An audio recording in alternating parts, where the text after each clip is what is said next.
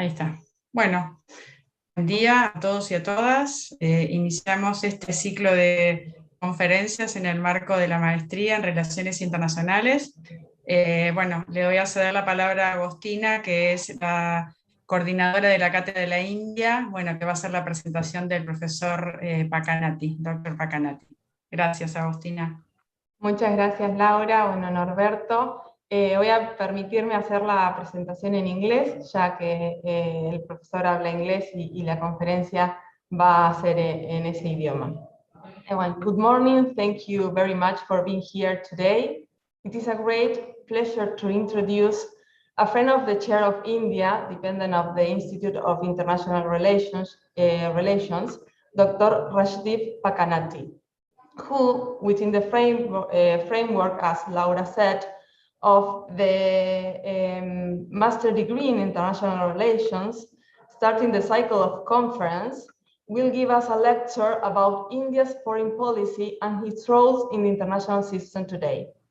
Dr. Rajdeep Pakanati is a professor and assistant director at the Center for Global Governance and Policy. Also holds a Bachelor in Political Science from Kakatiya University, India, a master's degree in Politics and International Relations, and an MPhil degree in International Law from Jawaharlal Nehru University, also in India. He has also earned a master's degree in Political Science and International Relations at the University of Delaware. He completed his doctorate degree in June 2012 from the University of Delaware, United States. He has been an instructor in the Department of Political Science and International Relations, University of Delaware, and has taught comparative policies and the politics of developing nations. Professor Dr. Rajdeep Pakanati's research interests include international relations, comparative politics, international law, and global governance. Well, again, thank you very much. And Rajdeep, as we say, it is a great honor to have you today here. So please be welcome and you can start the lecture. Thank you very much, Laura and Agostina, for inviting and coordinating this lecture. It is quite a pleasure to have an opportunity to interact with students and scholars, what is so far away. And I think the opportunities to interact in this virtual mode, I think, have opened up, and one hopes there will be that distance will be shortened, and students from Argentina get to know a little bit more about our country, and also I hope it is also an opportunity for me to learn a little bit more, from that region too, because it's right now mind space. It's been so far, but I think this such opportunities can bridge that gap. So I'll share a presentation and then give an overview.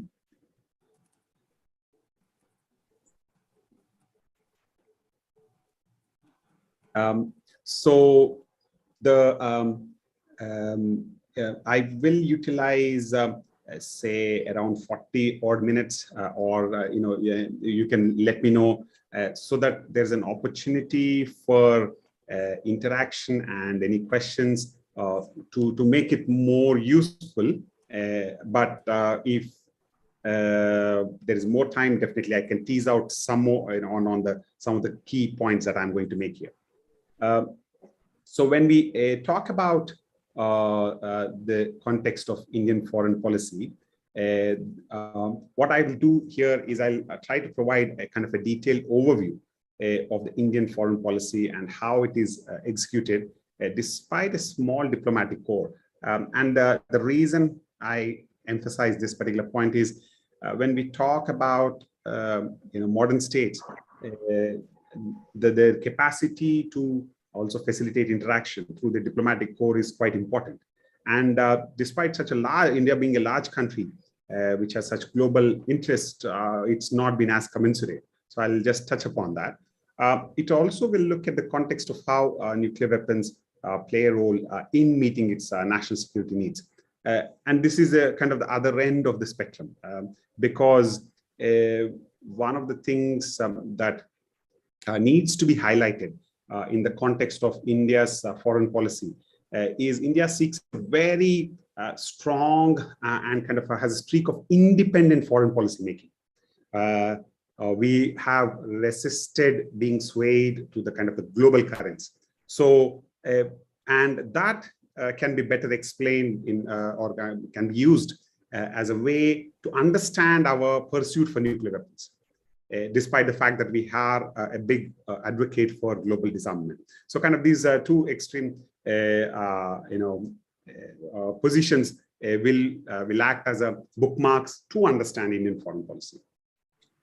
So here is a brief outline where I'm going to elaborate on broadly like kind of the making of the Indian foreign policy, which will touch upon a little bit on the historical aspect. There, the emphasis will be on the ideological threads of non-alignment and independence. So I'm going to situate the historical context before I bring it or make it more relevant for the more contemporaneous events. I'll elaborate or briefly touch upon this diplomatic core or in terms of the capacity of the Indian state. And I will illustrate a few contexts of Indian foreign policy in that sense of inaction. And that can be looked at by how India played a role in interventions within our region in South Asia broadly, and also how India is taking a larger role through humanitarian assistance and development assistance, because it's a major tool for any country. But India is also slowly and steadily utilizing this as their toolbox. And then I will try to elaborate a little bit more on broadly the India-US, it should not have said civil, the India-US global strategic partnership, which suggests that there is a major shift in our foreign policy, but I will argue it is still, there is continuity. And then I will utilize an opportunity to just highlight on how India places significant emphasis on multilateral fora, especially the United Nations. And then I'll touch upon the role nuclear weapons or how we think about nuclear weapons, because this is a very important element in the Indian foreign policy toolkit also. And then as to how we hope to play a role in the world, which are reflected in kind of aspirations of a great power. And one example of that is our hope to be admitted into the United Nations Security Council. So when we touch upon the context of the ideological thread, the non-alignment is a very important thread, and the reason is that India,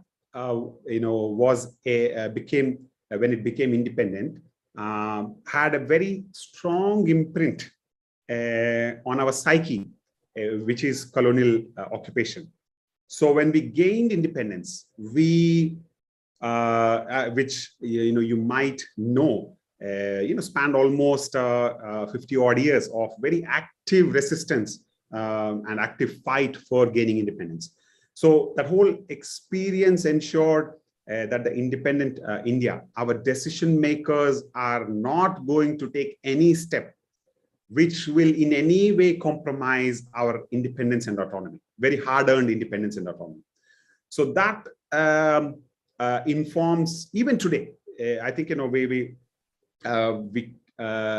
I think it is not. We cannot emphasize enough that India and even to some extent a country like China view themselves as victims of colonial occupation, and that is embedded in their psyche. And it informs their foreign policy making. It informs their actions in a full range of activities carried out by the Indian state.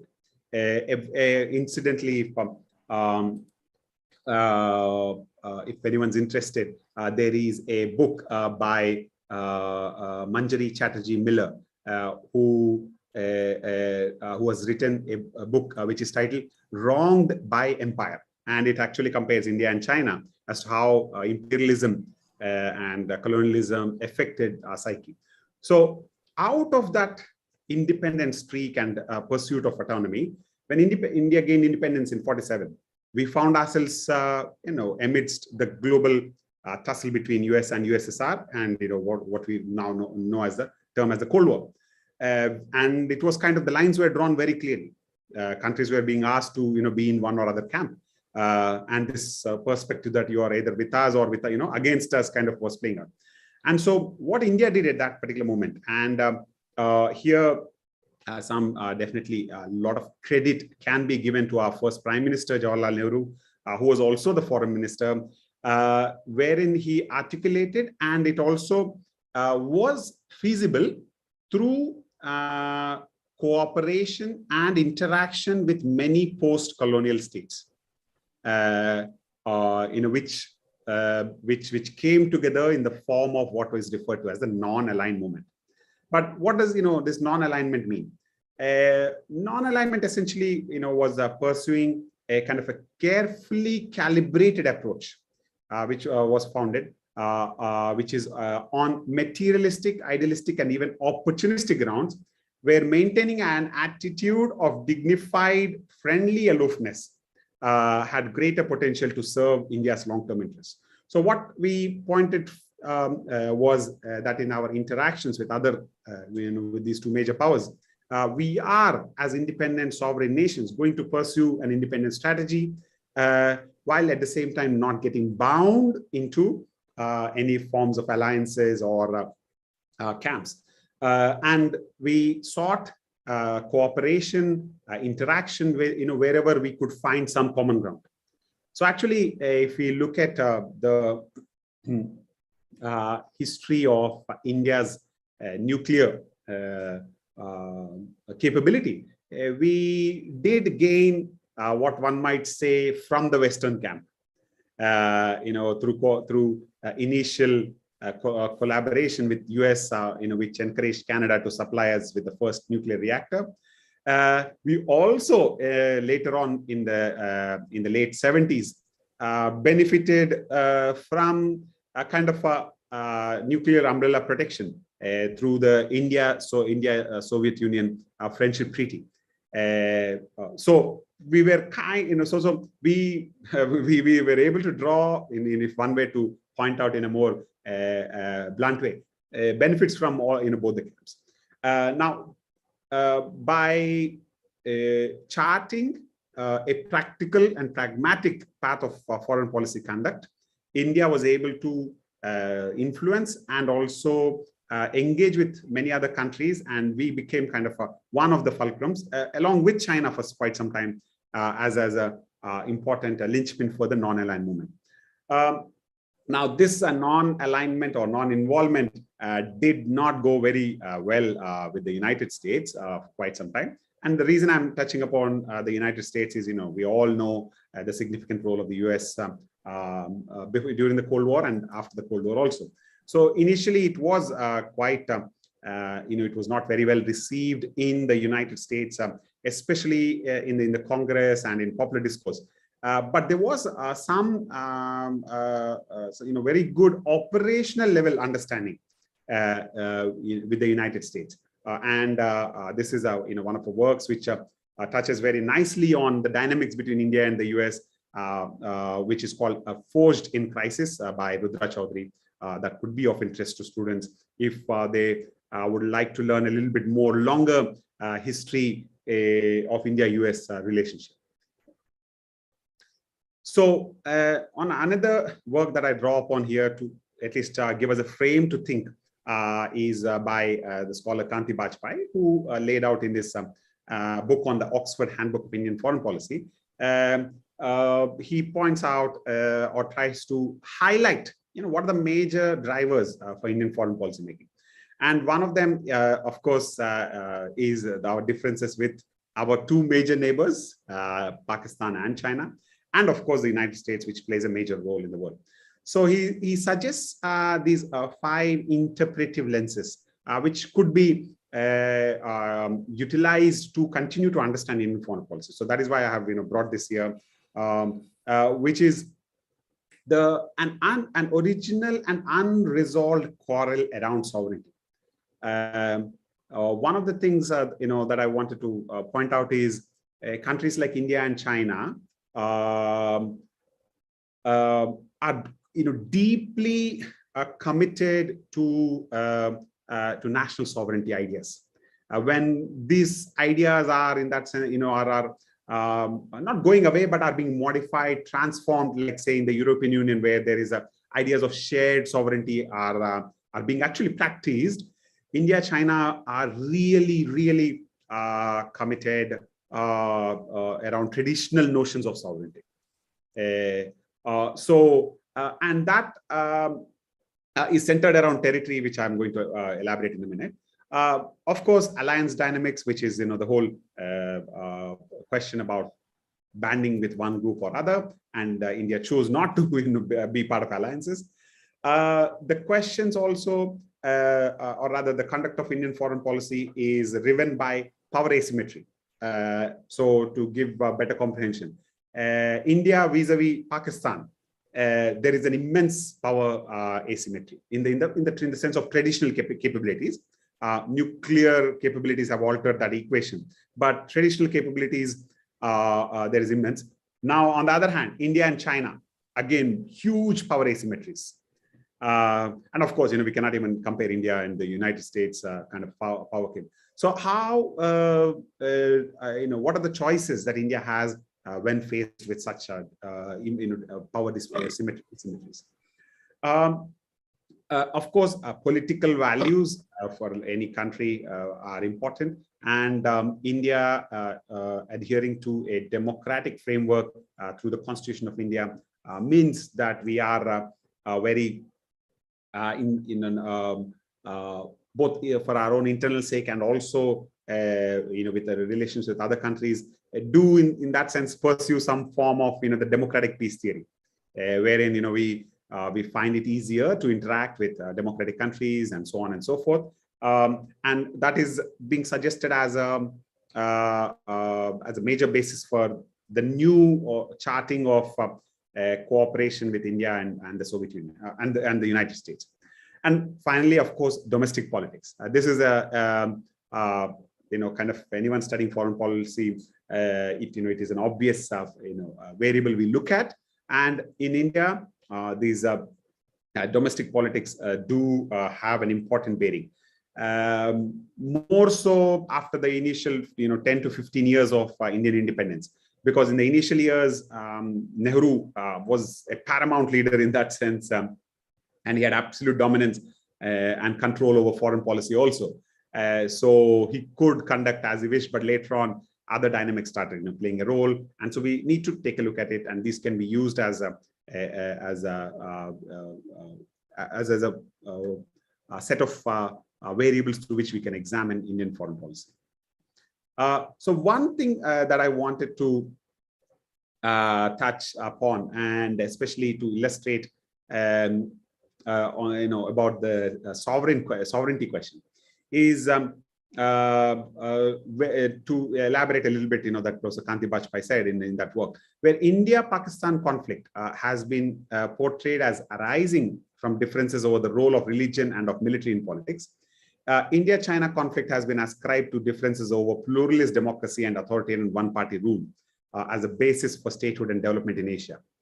For Indians, China's success with one-party dirigist state stands as a powerful challenge to the anarchic pluralist democratic system that India has chosen. And for the Chinese, India's experiment with democracy raises uncomfortable questions about why China cannot be more democratic. Both countries see themselves as beacons for Asia and regard their political way of life as being a surer pathway to security and well-being. If this view is correct, then the Indo-China conflict goes much deeper than a territorial dispute, and its resolution can only occur when one side is converted to the other's views, or if one ideology or the other stands vindicated by the choices of other Asians, that is by history.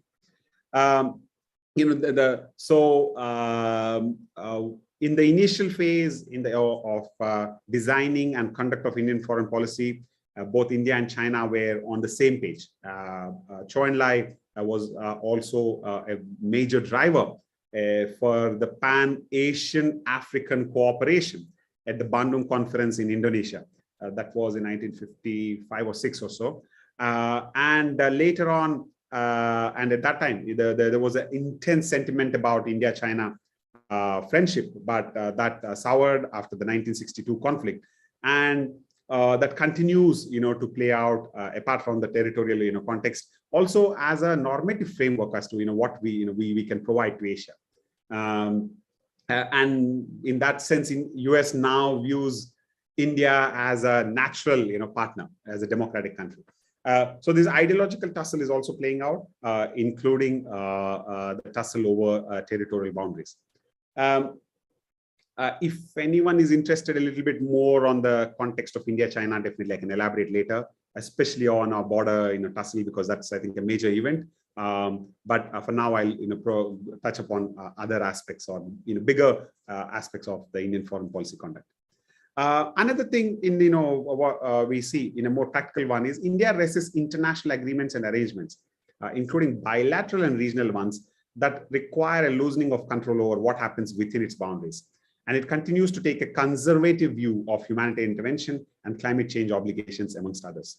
One way later on I can illustrate is when it comes to India's interactions in multilateral fora, including the United Nations, I think there is a lot of support in the General Assembly for this idea of responsibility to protect. If we count, countries or regions, etc., there's kind of widespread support. But India and China, but that's another, for another day. India is very wary of any interventions under this broader principle of responsibility to protect. And that is, arising from this kind of this conservative view about national sovereignty. So, that is something. It is not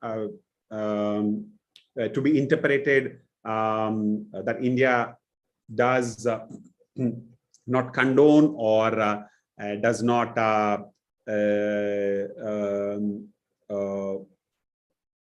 to say, want the international community to play a major role in, especially when it comes to humanitarian questions. It's just that India believes in its in that it's a very limited tool, and I'm going to illustrate through our own experience of interventions. Before I go and touch upon India's interventions, one of the things, as I was mentioned earlier, is looking at the apparatus to conduct Indian foreign policy. It's a very highly professionalized service as far as, and that is reflected in the recruitment of people to the Indian Foreign Service. It attracts some of the best, personnel, people who undergo a very rigorous process of selection, and what it does is, it attracts the best and brightest of the bureaucratic core that we have.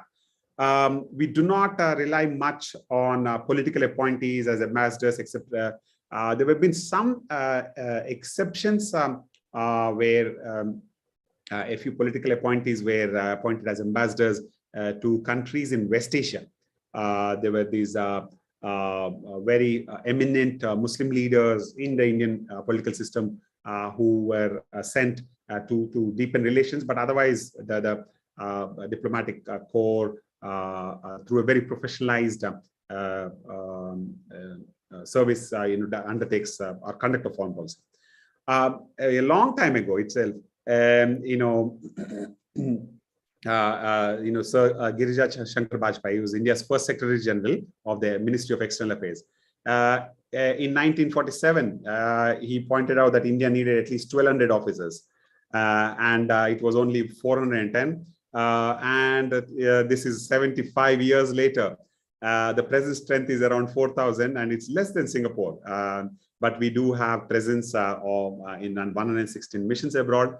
And so partly I think the professional capabilities, etc. And I do not want to overstretch and say there is some innate kind of thing, for Indians to do well in leadership positions, elsewhere in, let's say, even in corporate sector or whatever.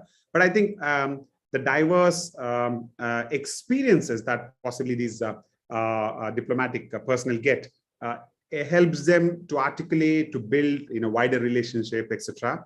And I think the larger part is India has a kind of a normative appeal. I think so. Where, if anything, that soft power kind of plays a more major role than our ability to send a larger diplomatic corps, or give some kind of largesse to countries we are interacting with. So so I wanted to kind of highlight that despite some what appear to be limitations on our capability, it's a very quite a highly professional service that does a good job. One can always seek for more. The other so to illustrate an example of how India is carrying out its foreign policy, one area we can look at is in the area of humanitarian assistance and development assistance. There have been two major successes, not two major, like two major points. One is our ability to provide humanitarian assistance after the 2004 tsunami, broadly in the Indian Ocean region. It was on the eastern coast of India, which is the Bay of Bengal, but it's largely the Indian Ocean region. We could bring our capabilities, especially the naval capabilities.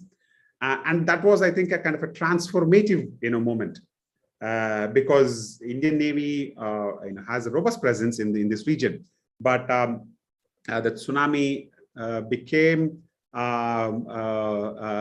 one could say like a kind of use it in the military language, dual use, and for a more humanitarian purpose, and that achieved a tremendous goodwill in the region, especially, and that has been a major framework to conducting a plethora of India's naval exercises in this region.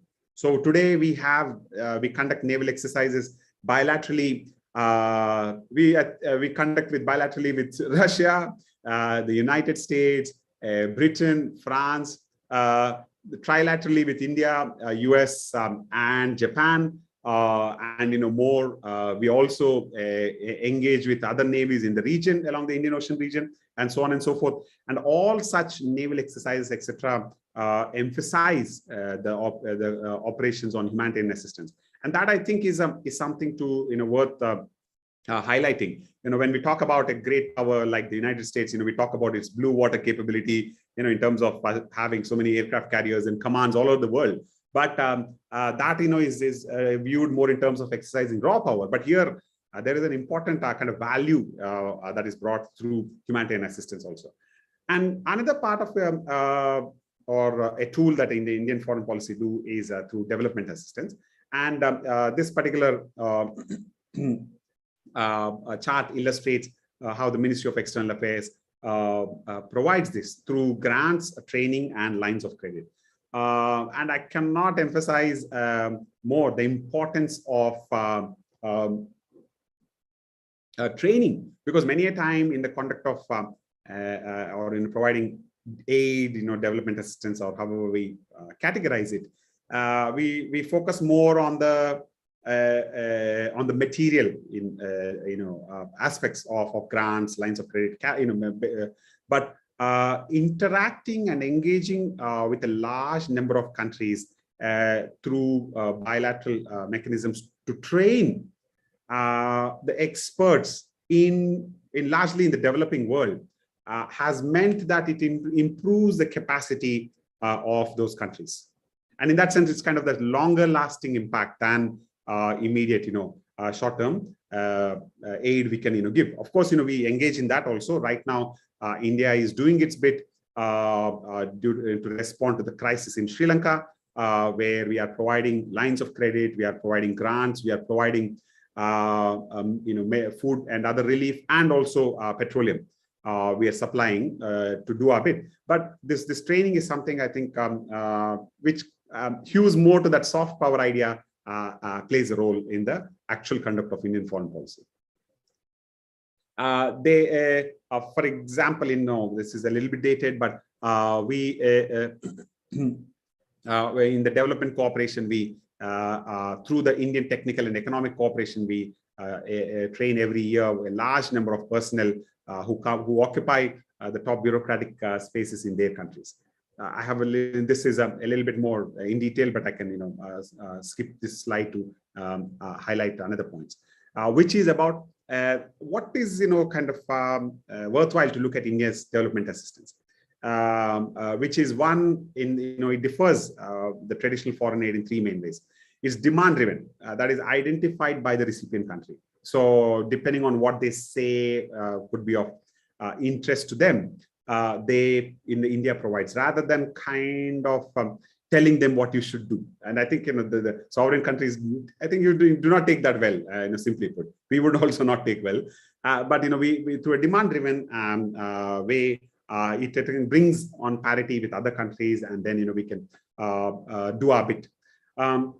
It is largely given without conditionalities. This is something also is a major feature of foreign aid all over the world. But we refuse to attach conditionalities to that. And it is administered in a decentralized manner, although there is a little bit more cohesion now through the Ministry of Affairs, External Affairs Development Partnership Administration. So that permits India to distinguish itself. So this particular slide gives kind of a brief perspective on comparing India and China, because we are the major countries in this region. Unlike the traditional donors, there is no comparison actually. India is way behind China in what we can offer. But one thing through this particular data point that I wanted to highlight is our development assistance, etc., is dominated within the South Asian region. So Sri Lanka, Bangladesh, Nepal, and to some extent even Bhutan receive the major chunk of our development assistance, which is in our region. And now, a few more countries in different parts in Africa, including Ethiopia and Mozambique, and so on and so forth. Of course, Myanmar is in the neighborhood. So whereas our totals, can nowhere match with this particular diagram. Table is comparing official development assistance, that is which through official channels. But when it comes to China's contribution through other official flows, investments and so on and so forth, it's way leagues ahead of India. Our focus is more one country in our region where we contributed much, but it has almost come to a screeching halt, is in Afghanistan. India has vehemently opposed occupation in that sense by the United States in Afghanistan, and the military operations they carried out. And we without a UN mandate, we refused to put, as they say, boots on the ground. But we were involved in providing aid and assistance in infrastructure, in development in that region. But with the Taliban coming back into power and the US exiting, dramatically, the avenues for India to contribute in Afghanistan have almost come to a standstill. China, through their own maneuvering, seems to, interacting, the Taliban regime. But India has been quite clear about, where we stand with Taliban, and we have not been able to, or rather, we lost any opportunity right now in our region. So at least in the near future, it does not seem like we have much opportunities to contribute positively in Afghanistan. But other countries, in our region, definitely we can. Of course, India, poor relationship with Pakistan means that, we are not even engaging in trade. Forget about aid and assistance and so on and so forth. So that it is the bilateral interactions is a hostage to our discord. So these are, I think, I wanted to highlight as kind of important ones. The other major issues that I thought I will emphasize. I thought there was a slide. If you can please give me a minute. I had a slide about regional interventions, because one of the things, before I go to the multilateral context and the United Nations, I wanted to also highlight to the audience here is, despite our very traditional notions of adhering to national sovereignty, we have intervened. And there are three major instances, which is in 1971 in what was erstwhile East Pakistan, where there was an internal strife against the regime in West Pakistan, which is today's Pakistan, and India intervened to, I would not want to say India liberated Bangladesh, but India assisted the independence, the movement in Bangladesh to gain independence. And we actively intervened at that particular point in time. We took over 90,000 Pakistani military personnel as prisoners of war, who were later on repatriated, which is to today's Western Pakistan. But we played a very active role in our neighborhood. And India at that time articulated that our intervention was needed because of this large influx of people from East Pakistan into India, which affected our Indian economy and our own. There were almost 2 to 3 million people who moved in, and we felt we had to do something about it. Later on the call for assistance by Maldives, where there was an attempted military coup, India intervened in a very short operation in 1988 in November, where we sent our Indian troops to push back the attempted coup, where there was an effort to remove President Abdul Gayoom. We also intervened in the the domestic affairs of Sri Lanka, and that is because of our deep ties between the ethnic Tamilians in northern Sri Lanka. And here, this is one example where I want to say that our domestic politics influenced significantly, because the state of Tamil Nadu in the southern part of India, they were very vociferous in arguing for the Indian state to provide assistance to the Tamils in northern Sri Lanka, who were marginalized in the Sri Lankan society. And we intervened in their affairs, and it again turned into a bloodbath and a military debacle for India. But also it led to a very sordid outcome, wherein the Tamils in northern Sri Lanka, who were initially supported by India, turned against us, and they assassinated our former Prime Minister, Mr. Rajiv Gandhi, in May 1991. And so that was kind of you could say, not as comparable to the United States Vietnam War moment, where we withdrew afterwards, to kind of like a kind of backlash to not intervene in our region. But we do exhibit that, and more specifically when it comes to India's role in the multilateral fora. One of I think an agenda item that has been in terms of multilateral action is that responsibility to protect.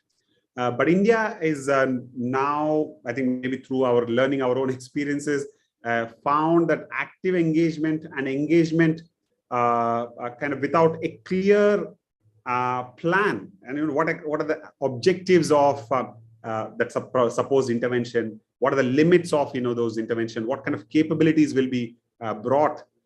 If there's no clarity on that, India believes that it will end up in a protracted intervention, and it is not going to contribute to whichever country which is the target of intervention. This is very well articulated in India's objection to the United Nations Security Council resolution, which authorized intervention. I think, if I'm not wrong, it is 1267 or something like that, in Libya. It was in 2011. And India did acknowledge that the thrust of the responsibility to protect is legitimate. But it said if the international community does not focus on these more, one could say, practical elements of intervention, for what duration, what are our goals, objectives, etc., they are going to, lead to failures. So we continue to be resistant to intervening, but we do pay a lot of importance to multilateral action. If there is global support to undertake various activities, India is very eager to go along with the, so to say, the will of the world. But regional interventions or such other things, we are very wary, and that continues, from our independence tree. The other box that I'm highlighting here is the India-US Global Strategic Partnership. Simply put, 20 years ago, or more concrete date would be 1998, when India tested our nuclear weapons and exploded and acquired in full capability of the nuclear weapons capability. United States and the rest of the world were very quick in imposing sanctions against India. That's in 1998. 2004, that's 5-6 years later, there was a transformative aspect to India-United States, wherein we were able to enter into a civilian nuclear deal, so that we could, India could essentially seek membership in the larger context, and also enter into agreement with the International Atomic Energy Agency for monitoring, etc. India's been able to make an application to the Nuclear Suppliers Group, which is still pending. The admittance is still pending, but we transformed our relationship, and that has only deepened in the last 10 to 15 years, where today it has taken the contours of a global strategic partnership. And this is, I think, some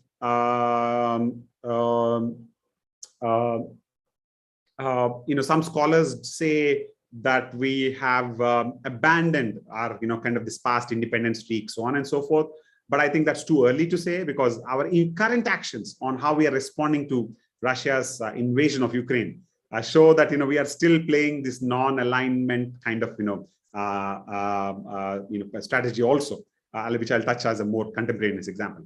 But the India-US relationship today spans cooperation in all fields, defense, climate change or environment, trying to deal with climate change and environment, trade,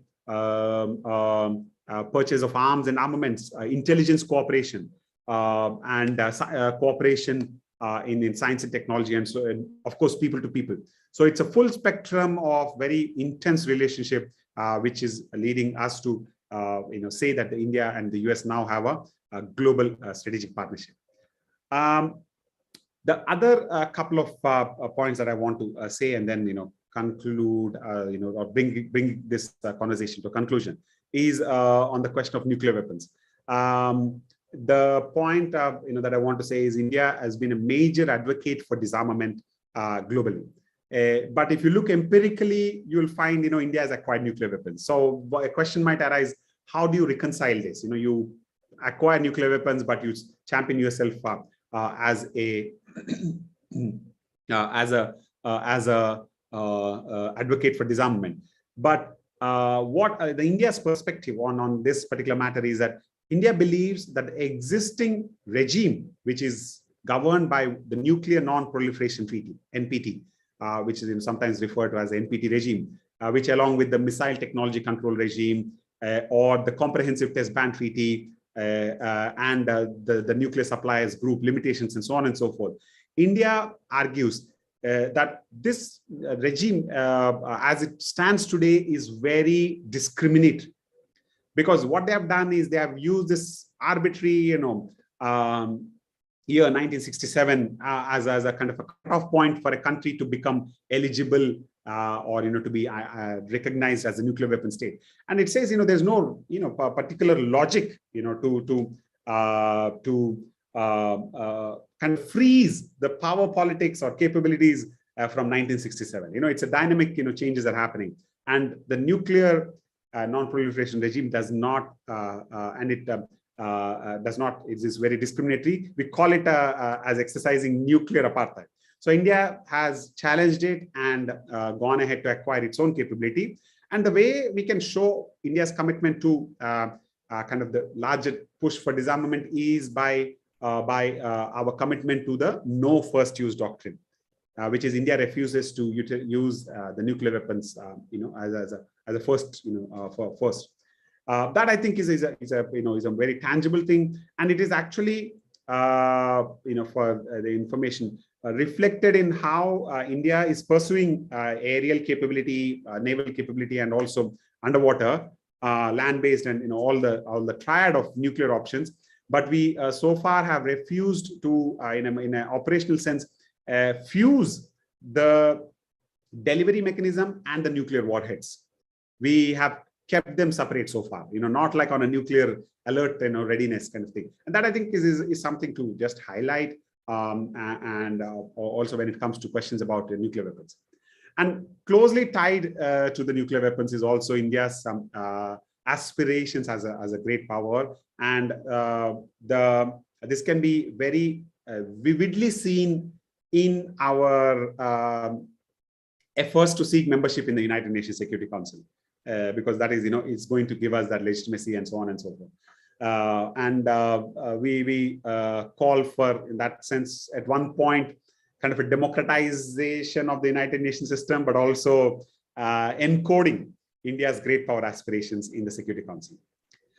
So I thought I'll conclude by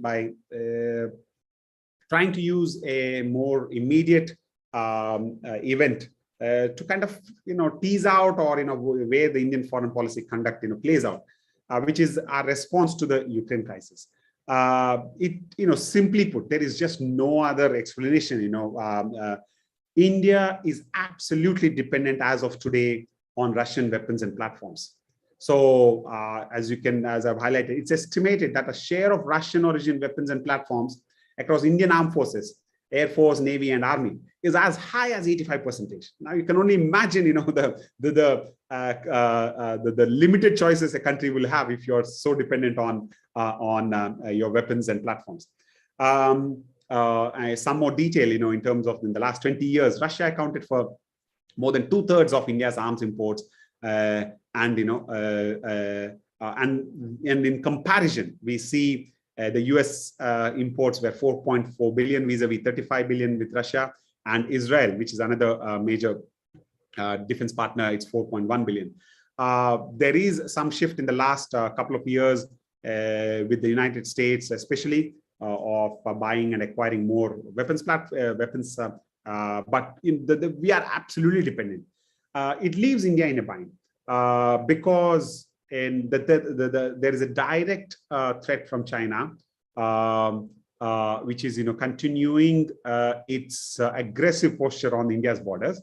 And some commentators say that there are chances for escalation in this summer, when these heights become maybe a little bit more friendly for conducting military operations, because these are very high altitude regions. On an average, they are above 6,000 meters, but those are the heights at which the tussle is happening. And so with this absolute dependence on Russia for our weapons and platforms, we really have not much space to maneuver on being critical of Russia. The other thing is India is also in a more practical way mopping up cheap Russian oil. It was actually last year, it was less than 1% of total oil imports in India was from Russia. But when there is cheap Russian oil available in the market, India is buying it, but it is not. What I want to point out is we are buying through, but we are not changing fully or committing ourselves to Russian oil. It's just that there is an opportunity. And as a finance minister said, if there is a chance for us to buy oil in the cheap, to meet our development needs, we are going to do that. So this is a very, in that sense, pragmatic position that India is taking vis-a-vis our reaction or response to condemning Russia in the United Nations and so on and so forth. But that said, we are making efforts to diversify our arms capabilities by one, of course, engaging with other countries like US and Israel, but also pursuing a kind of a strategy of independent arms acquisition. There's been a lot of effort in domestically on what is referred to as an Atmanirbhar Bharat, which is like kind of self-reliant Bharat or India. Defense sector has been identified as a key one in pursuing self-reliance also. So this with this I would like to stop, and if there are any questions, comments, etc., I can engage and respond. And so I thank you all for the opportunity. Just in case if anyone's interested, I tweet with this handle, and if anyone has an emails or questions, you can email also. Thank you very much, Professor. Very, very interesting, especially the last commentary. It's very interesting for us, especially the analysis of the crisis in Ukraine. Yes. The relationship with Russia, the position of India in the United Nations Council. It's very, very important. Thank you very much, Professor.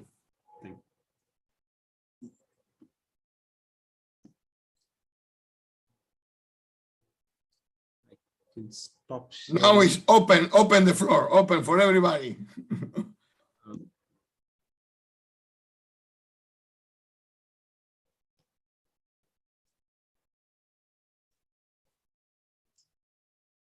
Pueden hacer preguntas al profesor.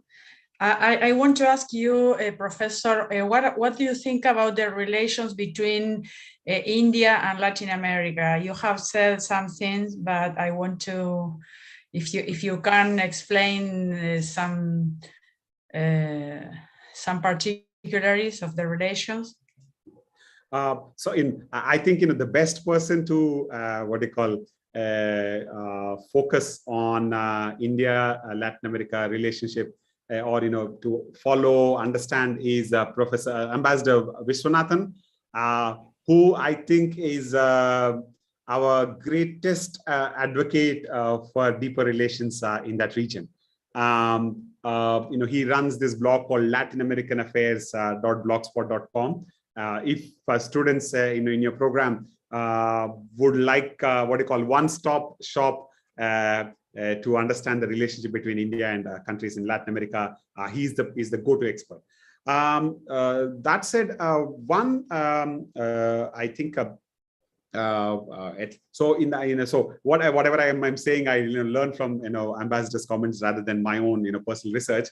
One of the things is the soft power capability of India, which is quite appealing in these countries.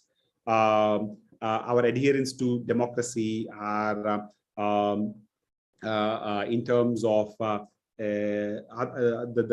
some of the more soft power attributes like yoga, even Bollywood and so on and so forth, have provided that avenues for people in these countries to interact with India, rather than our formal capabilities of the Indian state to interact within these countries.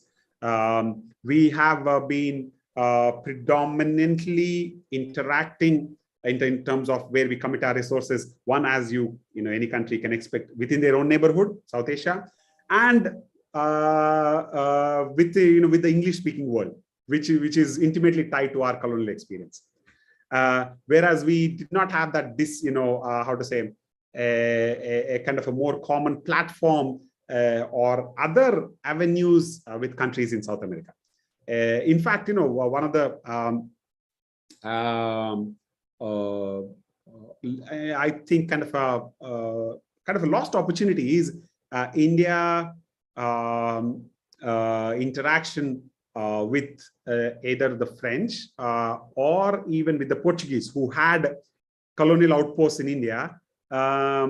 They were not deepened. Actually, both the Portuguese and the French had like very small holdings in India, but the steps it took for these countries to be, if one way to say, evicted from India was quite harsh. Like we literally, even after the Brits left, we had to push these countries out. So we so our interaction petered away, and the Spanish speaking kind of has never been that strong, because other non-English interaction with India has been through the French or through the Portuguese. So we did not in that sense connect to the Hispanic world, whereas the shared colonial struggle, contemporary colonial struggle in Asia, in Africa and India meant, and again that too against the common British, has meant that we could engage more easily with countries in Africa, and of course the expatriate. So today, wherever we India's relations with different countries, the Indian diaspora is a very important factor. And I think as if opportunities develop more for, say, the Indian business, students, artists, or other kind of people-to-people relations deepen, it is I think there is avenues to understand and deepen our relationship with countries in Latin America. But that said, Indian industries are with their entrepreneurial streak are pursuing opportunities. In fact, like I said about we have a couple of colleagues here from Argentina, and there's a local wine store, and say 5 years ago also, it would have been very hard to find like any wine from South America in the shelves in Indian but today, less than 5-7 kilometers from my university, which is not in the city of Delhi but in the suburbs of Delhi, the local liquor store holds wines from Argentina and Chile. Maybe there's more diversity, but like just that presence. So, and actually the interesting point I want to make is it's bottled for Indian Indian market. It's not like some entrepreneurial importer is bringing from somewhere else. It's actually bottled, and that is through the cap system, not the cork. It's a small detail, but I think it is significant. So with regarding to our official response to in our foreign policy apparatus, the professional side, there is a lot of knowledge and the effort, but in the political imagination of elected representatives, South America does not occupy a major space yet.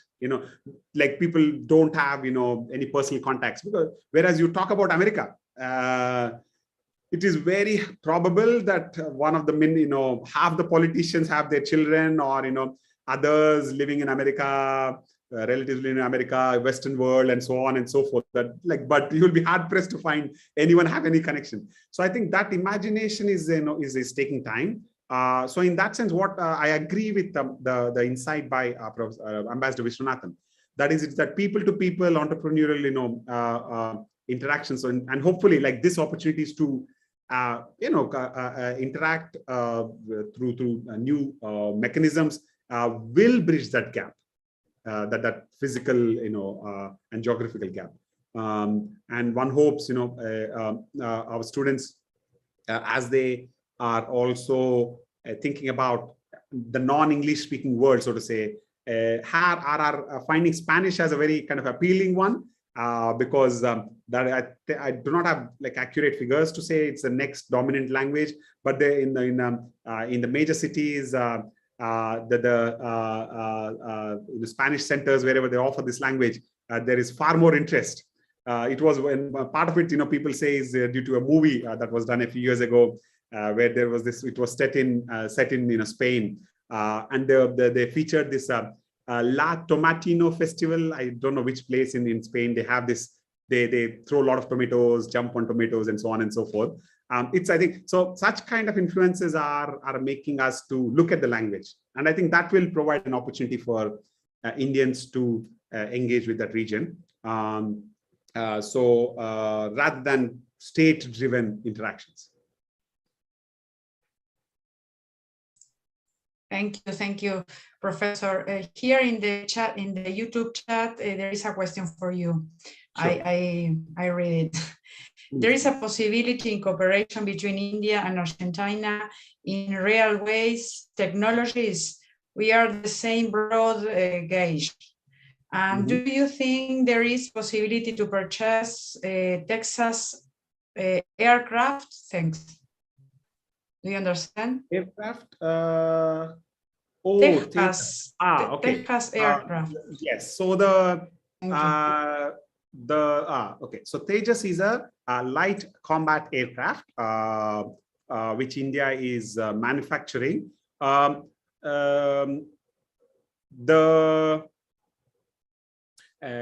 have not specifically focused on looking at the Indian defense sector, exports, and so on and so forth. But one of the things is that so far, any efforts in India to manufacture armaments and defense technology capability has been for more, in the kind of a pursuit of self-reliance. So that indigenous development of a certain technology was primarily to meet our own need. We didn't, so I'll give the example I will give is one is the cryogenic technology, which India was importing from Russia and other countries in the 80s. There was a ban on cryogenic technologies because India was pursuing our missile capabilities and space launches, and there it's a dual-use technology. So India was cut off from the global market, and we then had to go back to the drawing room and pursue a cryogenic capability, which we today is a fully functional platform in our space launches. It does have that potential for our missile capability, but our effort has been primarily to develop this for our civilian space needs. And we today now launch satellites. The launch mechanism, which is called the PSLV, Polar Satellite Launch Vehicle, has capabilities of over 3,000 kilograms, which is a heavy launch capability. So we pursued that to meet our need. Another one is, of course, nuclear technology. After 1974, when we first conducted a test, we were blocked off from the rest of the world. So India had to pursue its own. Of course, we had the seed, so to say, in the form of a nuclear reactor from Canada, but we had to then pursue, and today we acquired capability. So far, and it transitioned to one kind of development, which is referred to as the BrahMos, which is a supersonic missile, cruise missile, which has a range of over 300 kilometers or so, which we jointly developed with Russia. So the Bra part, BRAH part, refers to the Brahmaputra River, and Mos is the Moscow River put together. And so this particular platform, the cruise missiles, have been made on offer for sale only recently. This is the first time India is, in terms of some significant capability, exporting, which we have offered to Vietnam. So if the Tejas were to be successfully integrated into our Indian Air Force, it will definitely find appeal, and I think there is potential for export also. But as I think the student who's raised the question might know, these technologies in manufacturing planes, etc., are really what you call top of the line technologies. They are. I think the other one would be, say, semiconductors. And on semiconductors, India has no capability as of today. So if they are successfully integrated into our own uses, etc., I think there will, if there is interest, India can pursue. And selling to Afghanistan, to Argentina, etc., I don't see any major disagreement with any country, which might thwart that, because On defense defense exports, we are still in a nascent stage of exporting capabilities. We are still importing all the things we need. We still need a lot more for our own internal consumption, so to say. The other part with regarding to railways, I have not read of any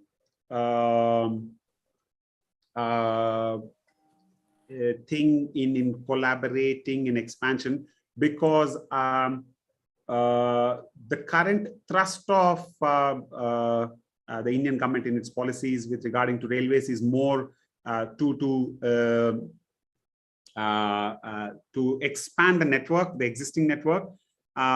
We have one major project to pursue high-speed rail, which is in collaboration with Japan, to build between Delhi in the north and Mumbai in the west. That is a corridor, but it is running into all kinds of challenges that a democratic country faces, from land acquisition to so rather than but here again, Indian government is starting to open up the railway sector for private participation. So if there is capabilities for industries in Argentina to manufacture rakes and the stock for railway stock, etc., I think there is they can provide avenues. So far it's been in that sense monopoly or by the Indian state, but that sector is opening up. So there is potential then for sectors, say, from Argentina to look here. Oh, thank you, Professor. Any question?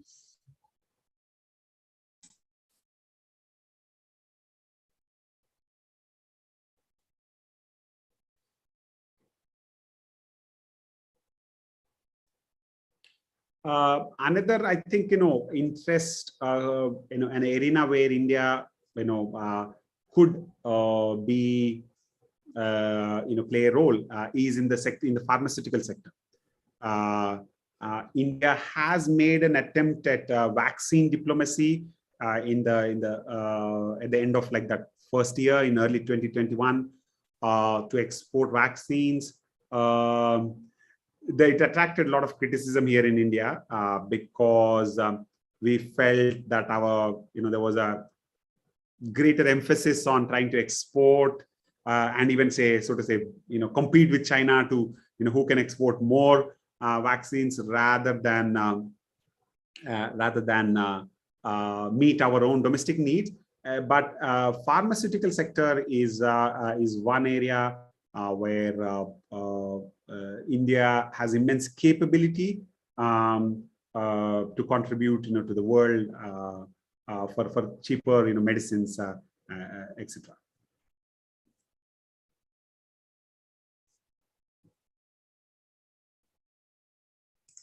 Thank you, Professor. You're very clear. Cerramos, Agustina, ¿querés? ¿Te parece? Con Alberto, con Sani. Sí, le hago una última pregunta, si puede ser, Lau. Rashid, I was thinking, meanwhile you were giving us lecture, you were talking about the Foreign Affairs Ministry. And we saw with Modi, with your Prime Minister, a commitment with the foreign policy. And he, at the beginning of his government, he went out, he actually visited a lot of places to present India as a new market and with a new philosophy. Do you think that now that the pandemic is not over, but is getting better because of the vaccine, etc., Modi will be take again that kind of action and will visit the world again to put India in other place? No, absolutely. The aspiration for engagement, etc., I think even without the state doing much, there is immense interest among individuals, private citizens, industry, and so on and so forth. In fact, if one were to say, we might say, let the state, not get in the way, kind of thing. But that said, we actually are in a very unique moment wherein the current foreign minister has come from the diplomatic community. So he was India's foreign secretary and is now the external affairs minister. So it is believed that it is providing, in that sense, there is a strong advocate for the Ministry of External Affairs in the government. And that clubbed with Prime Minister Modi, who I think has almost like over 70 or 80 odd high level visits to different countries he has carried out. We criticize, him that, that he wants like global travel and so on and so forth. But that said, he's, bringing more visibility. Once, it's like the entourage, right? Once a prime minister goes, or, everyone is focusing attention there. So he is able to shed more light. But definitely, a lot of people agree that having a former foreign secretary as a minister, they today find a very strong advocate for the Ministry of External Affairs in the government. Previously, this is an anecdote that Professor, like the Ambassador Viswanathan mentioned a while ago, wherein he said, when he got the brief to for his posting in I don't know if it was in Brazil or Argentina, and at that time he had to meet the vice foreign minister here, or the Minister of State as they call, and apparently the Minister of State said, Ambassador Viswanathan, you tell me what you need, but don't tell me to make a trip to South America. That's kind of the political imagination or the lack of imagination. But now having a seasoned diplomat as a minister, a political minister in the government is encouraging and boosting the morale of the foreign service cadre. Thank you very much. Well, Viswanathan was a very good ambassador here. Indeed, we create the chair of India together. It was yes. Viswanathan representing the Embassy of India, and well, us. It was a joint venture between the embassy and the university and the Institute of International Relations. Well, so if you don't have any more questions, I think that we are on time. So thank you very much, Rajiv. It's always a pleasure to having you here. Thank you all of you to spend the time with the first conference in this cycle of lecture of the Master of International Relations. I don't know, Norberto and Lau, if you want to say something else. Thank you again, Professor. I hope you are in our Congress in November with other people think about the new situation. It's very, very interesting in the position in India about the crisis in Ukraine. No, the very, very interesting your number, the relation with Russia. No, everybody is surprised here. The vote in the United Nations, in the Council, what is the position on India? No, now I believe for me it's very clear your position. We are in relation with Russia, very, very strong, very, very strong. That justify the position of India. No, I don't agree, but it's the position, India position, official position. But it's very clear. It's very clear. But even I think, despite that, I believe personally that I think these are some of the things what we call as moral questions. And when something is so morally wrong, we have to say that.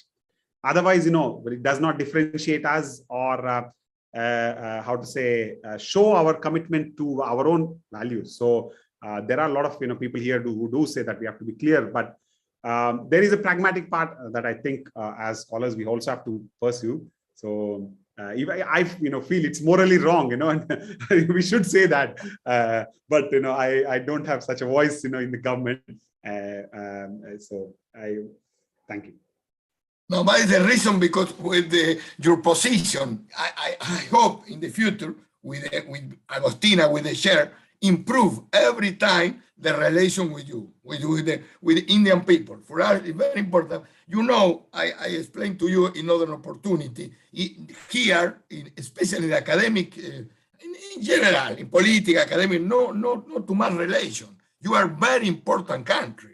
It's very it's incredible in Argentina until now, in no the relation necessary with you. We are lucky because you are ambassador, the last ambassador, a very, very kind person. He's tried to open mind in Argentina, open mind. We try with Agostina, we try invite you, invite other people. I hope you're writing an article for our magazine in the future. You participate in the new Congress in November. I see to you for the next time, Professor Pacanati. Very important your lecture today. Very important for us. Thank you. Again. Thank you so much, Professor, and gracias a todos también los que estuvieron conectados y en el canal de YouTube de Liri. Gracias. Thank you very, very much. Have a good afternoon, and I really appreciate the opportunity to interact. And I hope we get chances to continue to interact. And I hope we are still in a kind of hybrid mode. I hope to invite scholars from UNLP also and IRI to interact with our students. But we have been very blessed to have 2 Argentinian scholars here. So we take that opportunity. Thank you very much and have a good day.